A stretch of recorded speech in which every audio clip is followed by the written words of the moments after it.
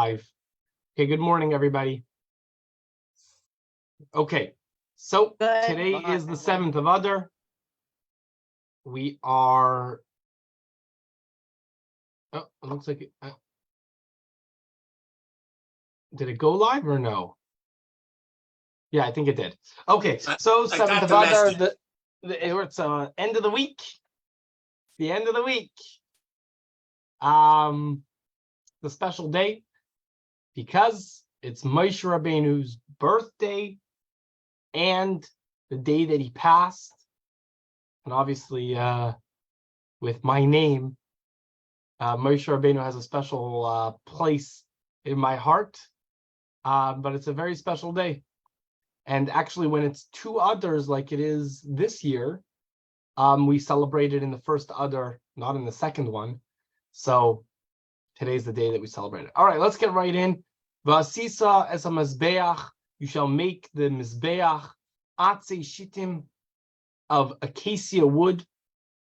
5 ames oirich v'chamesh ames roichev, 5 cubits long and 5 cubits wide. Ravua yia mizbeach v'shalish ames kamasei. The altar shall be square, and its height shall be 3 cubits. Let's look at this Rashi. The words are to be understood literally. These are the words of Rabbi Yehuda. Rabbi Yossi says, it says here square, and concerning the inner altar, it says square. Just as there, its height was twice its length. It was 1 cubit long and 2 cubits high. Here too, its height was twice its length. The method of expanding is known as Gzera Shava, like when it uses the same wording. How then do I understand, and its height shall be 3 cubits? This means measuring from the edge of the sovev, the ledge, surrounding the altar, and higher. According to Rabbi Yehuda, the altar was literally 3 cubits high. According to Rabbi Yossi, it was 10 cubits high with the upper 3 cubits above the ledge mentioned in verse number 5. So there's a disagreement.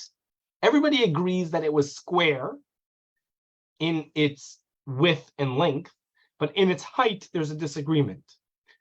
Just in general, there's a big disagreement on what is the most important thing in the Mishkan or Beis Hamikdash. The Rambam and the Ramban actually have a famous argument. One says it's the Ark that's in the Holy of Holies, right? It's in the Kodesh HaKadashim. It houses the Torah and the 10 Commandments and the tablets.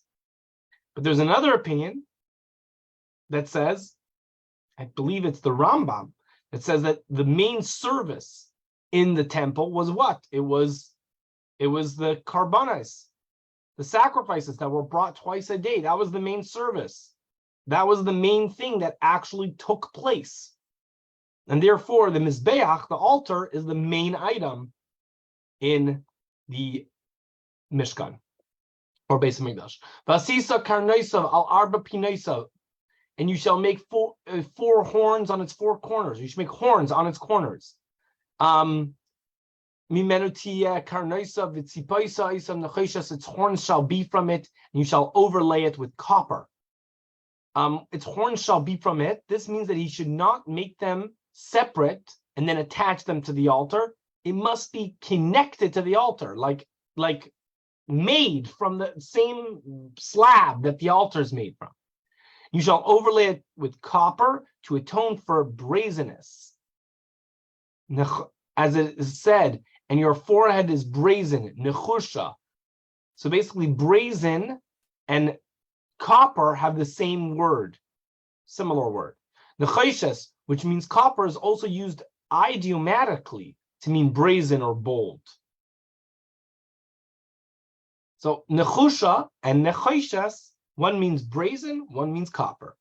Vasisa sireisav lidashnoi v'yaov umizerkaisav mizgloisav umachtoisav l'chol kelav tasen nechoshes. And you shall make its pots to remove its ashes, and its shovels, and its sprinkling basins, and its flesh hooks, and its scoops. You should make all its implements of copper. Okay. This is just explaining what the different words are and what actually sprinkling basins, that's what you receive the blood of the sacrifices. And the flesh hooks, they're sort of bent hooks with which he, the kohen, would strike the flesh. They would be embedded into it, and with them, he would turn it over on the coals. Sounds a little bit like tongs, but just a different shape, but used at the same way. Scoops, they had a cavity in which to take coals from the altar and to carry them onto the inner altar, exactly how we would envision scoops to be. Because of their function of scooping, they are called scoops. Like to scoop fire from the hearth, an expression of raking fire from its place, and likewise can a man rake embers with his clothes. Okay, Vasisa loy michbar, and you shall make for it a copper grating of netting work. Michbar maase reshes nechoshes. Vasisa ala reshes, and you shall make on the netting arba tabais, 4 rings nechoshes made of copper al arbik seisav on its 4 ends. V'nasati oisam tachas karkov hamizbeach, and you shall place it beneath the ledge of the altar, milamata from below. V'haisa hareshes ad chatzi hamizbeach, and the net shall extend downward until the middle of the altar. Ooh, look at this one. Okay, let's dive in. The ledge of the altar, a surrounding ledge. Anything that encircles anything else is called a karkov. A ledge is something that surrounds the edge of something. As we learned in the chapter entitled "Everyone May Slaughter" in Chulun 25a, the following are unfinished wooden vessels. Any vessel that is destined to be smoothed or banded. This refers to the practice of making round grooves or bands in the planks of the walls of the wooden chests and benches. For the altar as well, Hibetzal made a groove around it, a cubit wide. So it seems like they made some sort of grooves. They would have these grooves on benches and chests. And same too over here on the Mizbeach. Bezalel made a groove around the edge of the Mizbeach, like a ledge. The groove was on its wall for decoration. I wish I actually prepared here a picture. I think we have maybe Rabbi Bucket does it with a book, but I don't have that book with me. But I'm visualizing it, but it's hard to describe. And then at the end of the 3, so 1 second, made a groove around it. The groove was on its wall for decoration, and that was at the end of 3 cubits of its height, according to the one who says that its height was twice its length, and asks how then can I understand the verse and 3 cubits its height, 3 cubits from the edge of the ledge and higher. So according to the person who says that the Mizbeach was much taller, that's the height, the 3 cubits is the height of this ledge. There was, however, no surrounding ledge on the copper altar for the Kohanim to walk on, except on its top within its horns. So there's only a ledge on this big altar. What is the ledge? The space between one horn and the other horn, which is a cubit wide. Within that, there was a cubit for the Kohanim to walk, and these 2 cubits are called the karkov, the ledge. We, the sages of the Gemara, question this, but is it not written beneath the ledge of the altar from below? Thus we learn that the karkov was on its wall, and the garment of the grating was below the ledge. So is it on top? Is this ledge piece on top of the Mizbeach or on the wall of the Mizbeach?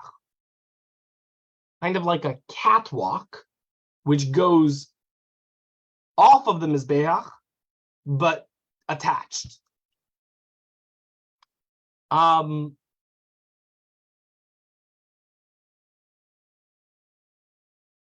So one of the sages of the Gemara replied, there were 2 ledges, one for beauty and one so the Kohanim should not slip.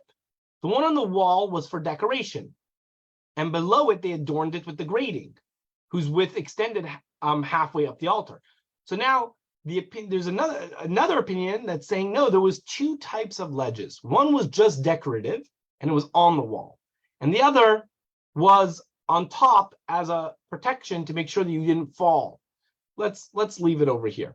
Okay, Vasisa Badim Lemizbeach Bade Atse Shitim Vitzipisa Isam Nechesis, and you shall make holes for the altar, poles of acacia wood, and you shall overlay them with copper. This is the way that you can move the Mizbeach.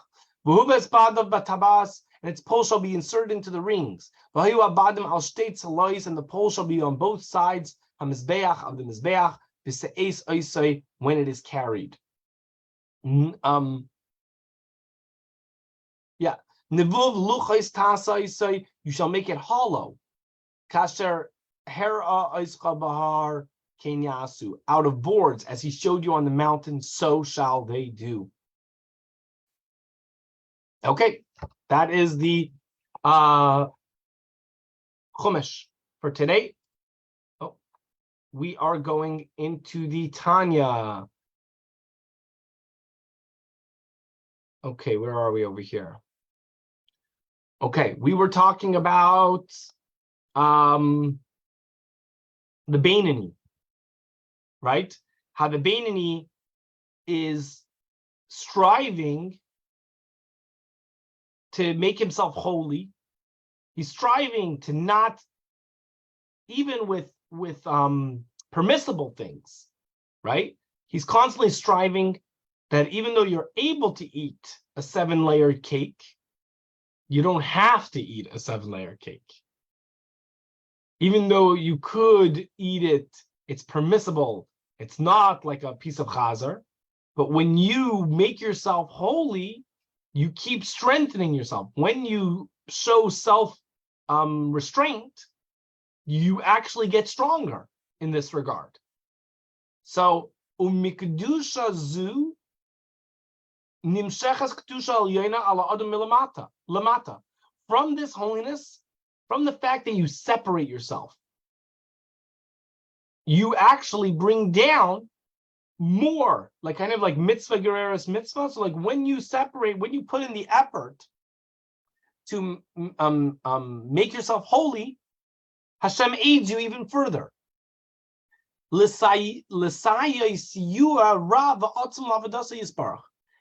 get a holiness from above to assist him with a great and powerful aid in his service of God.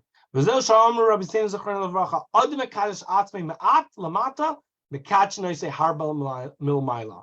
what the sages meant when they said, if a man separates and consecrates himself in a small measure here below, he is sanctified greatly from above.